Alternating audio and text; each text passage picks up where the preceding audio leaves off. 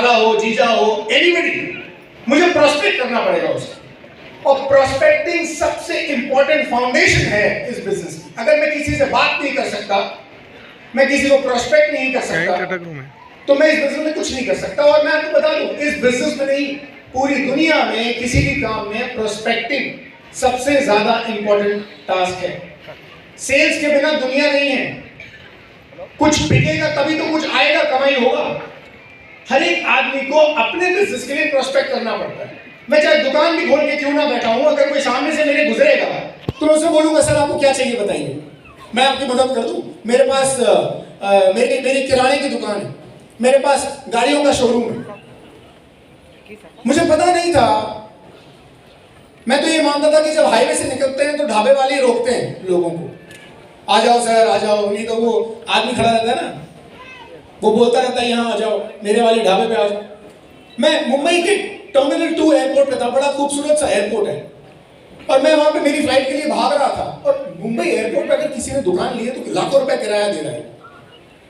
और वो लोग केक बेच रहे थे, केक, और नया केक आया था, बकलावा केक। बकलावा केक यहाँ आता है, हैदराबाद तो फेमस है, सारी बेकरी यहाँ पे है। तो नया केक आया था, 2-3 साल पुरानी बात है। और वहां पे एक लड़की खड़ी हुई थी, मैं भाग रहा था, मुझे बोलती है वो, sir would you like to have baklava cake. मैंने कहा मेरे पास तो टाइम नहीं है, मैं भाग रहा हूँ, पर मेरे कानों में वो शब्द पड़ गए, बकलावा केक। और उससे भी ज्यादा है, मैंने सोचा कि एयरपोर्ट पे लाखों रुपए किराया देकर कोई दुकानदार को, एक लड़की को बाहर खड़ा करके लोगों को प्रोस्पेक्ट करना पड़ रहा है इस बात के लिए कि वो आके केक खा लें, और वो फ्री में टेस्ट करा रहे थे, फ्री में। Sir would you like to have baklava cake. मैंने कहा इससे तो ज्यादा अच्छा काम करते हैं, कम से कम सड़क पे खड़े होकर थोड़ी हम बोलते हैं कि क्या आपको एक बिजनेस की शुरुआत करनी है, इससे तो बेटर ही है। फिर हमें क्यों शर्म आती है या क्यों डर लगता है किसी को प्रोस्पेक्ट करने में।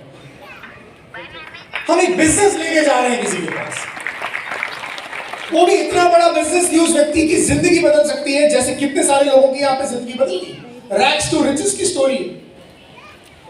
और वहां पे मुंबई एयरपोर्ट पे ये काम चल रहा है।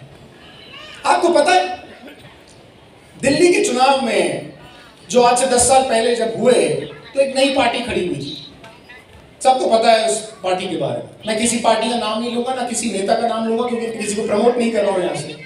वो एक नई पार्टी का जो सबसे बड़ा नेता है, जो चीफ मिनिस्टर भी हैं अब, उन्होंने पता है कैसे लोगों से वोट मांगे। एक केस स्टडी है, उनके पास इतनी बड़ी गड्डी होती थी विजिटिंग कार्ड होते थे उनके पास इतने सारे। करण जी सही स्टोरी है, और वीडियो भी है उसकी। वो मेट्रो में घुसे, मेट्रो खचाखच भरी हुई है, गए, लोगों से हाथ मिलाया।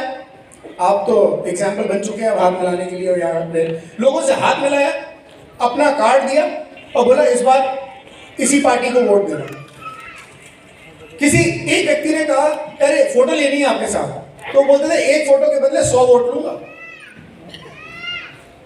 2-4 लोग फोटो खिंचवा लेते, क्योंकि वो ग्राउंड लेवल पे काम किया। लोगों के प्लीज बैठिए, ग्राउंड लेवल पे जाके वो हाथ में कितनी गड्डी होती थी, वो गड्डी लोगों को बांटी। मेट्रो खचाखच भरी हुई है, खचाखच मेट्रो में घुसकर, और जाके बांट रहे कि मेरी पार्टी को वोट देना, इस बार इस पार्टी को वोट देना, हमें जिताना।